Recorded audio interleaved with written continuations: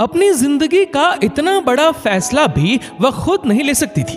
उसकी माँ और भाई गुस्से से उसे देख रहे थे। दिमाग खराब हो गया इसका, सौगात में मिली चीज को बेचना चाहती है। अरे अपने पिता के जज्बातों का ही ख्याल रख लिया होता। कितने अरमानों से उन्होंने तुम्हें यह जमीन का टुकड़ा दिया था और आज इसे बेचकर उनकी आत्मा को तुम दुखी कर रही हो। शकुंतला जी अपनी बेटी गार्गी पर गुस्सा हो रही थी।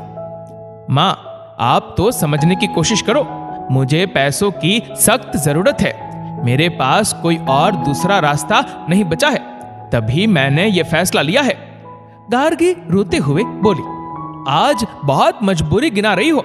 जब पापा ने तुम्हें यह जमीन दी थी तब तो तुम बहुत बड़ी बड़ी बातें कर रही थी कि इस पर तुम घर बनाओगी और घर का नाम पापा के नाम पर रखोगी। अब क्या हुआ? यह जमीन हमारी है जो पापा ने तुम पर तरस खाकर दी थी, और अब तुम ज्यादा पैसे के लालच में अपना ईमान बेच रही हो। भाई राकेश क्यों पीछे रहता, वो भी गार्गी को गलत ठहराने लगा। भाई, आप पहले ये तय कर लो कि आपको गुस्सा किस चीज से है।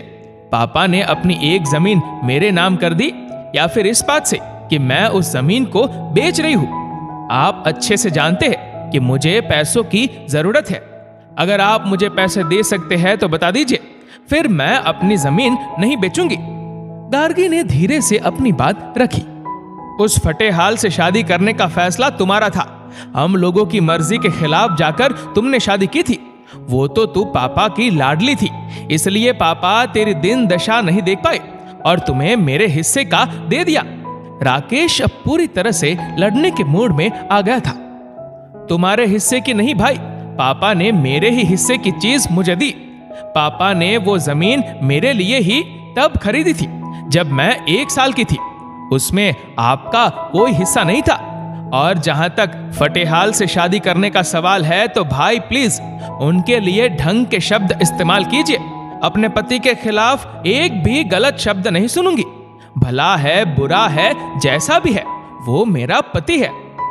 हाँ, हमारे पास आपकी तरह बड़ा घर और गाड़ी नहीं है, लेकिन उन्होंने मुझे हमेशा रानी बनाकर रखा। आज तक कभी मुझसे ऊंची आवाज में बात नहीं की। मेरी चाहतों और मेरी पसंद की कद्र करते हैं। मुझ पर कोई बंदिशों का कटघरा नहीं खड़ा करते। मुझे पत्नी का सम्मान देते हैं। कोशिश करते हैं कि मेरी और बच्चों की सभी ख्वाहिशों को पूरा कर सके, और कर भी रहे थे। लेकिन उन्हें कैंसर हो गया और उनके इलाज के लिए मुझे पैसे चाहिए, ना कि अपने शौक पूरे करने के लिए। जितनी सेविंग थी लगभग सब लग गई।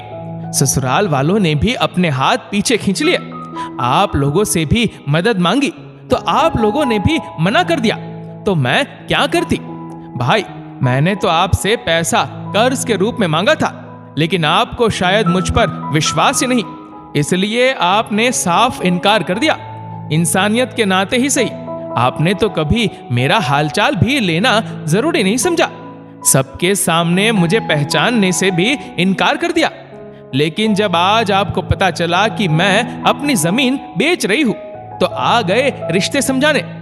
गार्गी ने गुस्से से राकेश को देखा, फिर शकुंतला जी की तरफ देखते हुए बोली, मां तो बच्चों में फर्क नहीं करती, वो तो बच्चों के लिए भगवान होती है, लेकिन तुम्हारी ममता सिर्फ भाई के लिए थी। मैं मानती हूं कि आपकी बंदिशों और परायेपन ने मुझे बागी बना दिया। आप लोगों के प्यार को तरसती रही और तभी मुझे तपन मिला, जिसने मुझे प्यार दिया और मेरा हमसफर बनना चाहा। यह भी मानती हूं कि आप लोगों के फैसले के खिलाफ जाकर तपन से शादी की, लेकिन मेरा वो फैसला सही था। तभी तो पापा ने जब मुझे तपन के साथ सुखी गृहस्थी बिताते देखा तो उन्होंने मुझे माफ कर दिया और उपहार स्वरूप मुझे जमीन के पेपर दिए जो मेरे नाम पर पापा ने ली थी। लेकिन ये बात आपको और भाई को मंजूर नहीं थी, इसलिए आप दोनों पापा के ऊपर दबाव डालने लगे कि जमीन के पेपर मुझसे वापस ले ले।